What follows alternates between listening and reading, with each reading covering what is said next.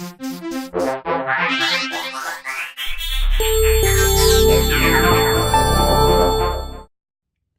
going to show you how to use Epic Countdown so you can add awesome scarcity timers to all of your marketing and get a lot more results from your prospects and from your customers. So it's a WordPress plugin. So the first thing is to make sure that you have WordPress installed on your site. And then you're going to go to where it says plugins and click on add new. That will bring up this screen, and then you're going to click on where it says upload plugin. And then you're just going to search. You're going to click the choose file button, and you're going to search your computer for the actual site that the actual zip file that you downloaded. So it's going to be Epic Countdown, and we're going to click go ahead and then install. And that's really all we have to do to get it installed and up and running. Then we're going to just activate it once it finishes installing, and then we're ready to get started.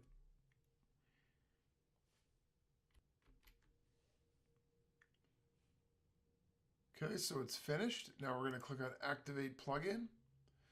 And then what you'll notice is in the left-hand column, you will now have a setting for Epic Countdown. So you're just going to click on that, and then you can see your list of your countdowns you've created right here. And there's two ways to start a new one. You can click Add New, or you can do Add New Campaigns, exactly the same thing. All right, so we click on Add New. And then there's two types of campaigns. The normal campaign creates a standard countdown timer that you set at a specific date and time. And when that date and time goes, the timer hits 0.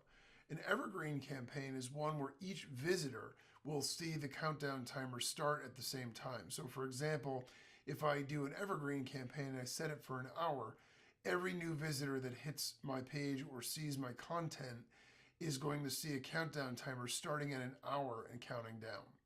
All right, so for this case, let's just click on normal. And then it takes a second to pull up the page, and then we're going to go in and you can name your countdown whatever you want. Now this is just for your own reference. So we'll just say countdown test 1. And then you can put in a URL. Now you can input a campaign URL, and the URL is going to be where the user goes if he clicks the timer. So if you embed the timer in an email or you put it on a web page and then somebody clicks on the timer, this is where they would go. So you could put in your website here.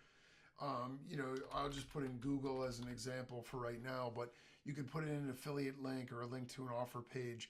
This is the end date of your timer. So you're going to pick your time zone, and then you can choose the date and the time that it's actually going to end. All right, so if I just do May 17th at 20, that'll be 8 p.m. And then we click next. Now we get to choose our style of timer, and you can see that there are a lot of different timer styles here.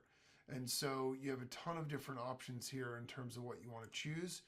I'm just going to select this one here, and then I'm going to click next.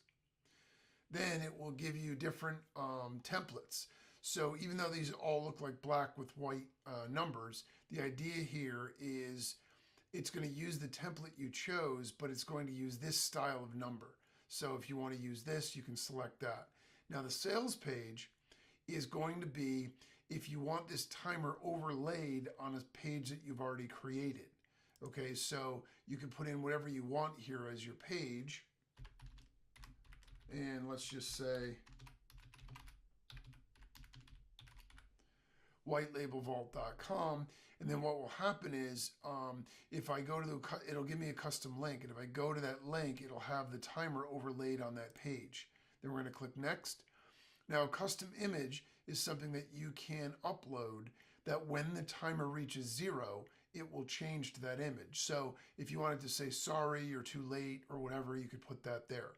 And then different link is when the timer ends, if you want to send them to yet a different page, you could put that in there as well. And then we're just going to finish the campaign. So now we can go and we can see, this is an example of our timer. And then we have an embed code here. This is if we're going to use it in email. So if you want to send this in your email and have the timer appear, you would create an HTML style email and you would paste this whole thing in, and the timer will appear there. Okay. For the page link, now if we go to this page link, you will see that what this does is it shows us that page that we put in, and it overlays the timer right on it. So you can see at the bottom the timer appears right here. Okay, and so that's the other way that you can do it, and then you could just give out or promote this link and it would show that.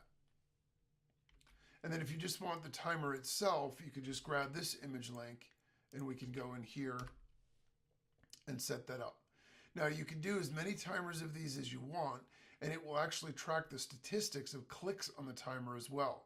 So you can click on performance, and if you get any displays and clicks on your timers, it's going to show you all of that in performance. So that's how fast and easy it is to add scarcity timers to your emails, your web pages, and anything else that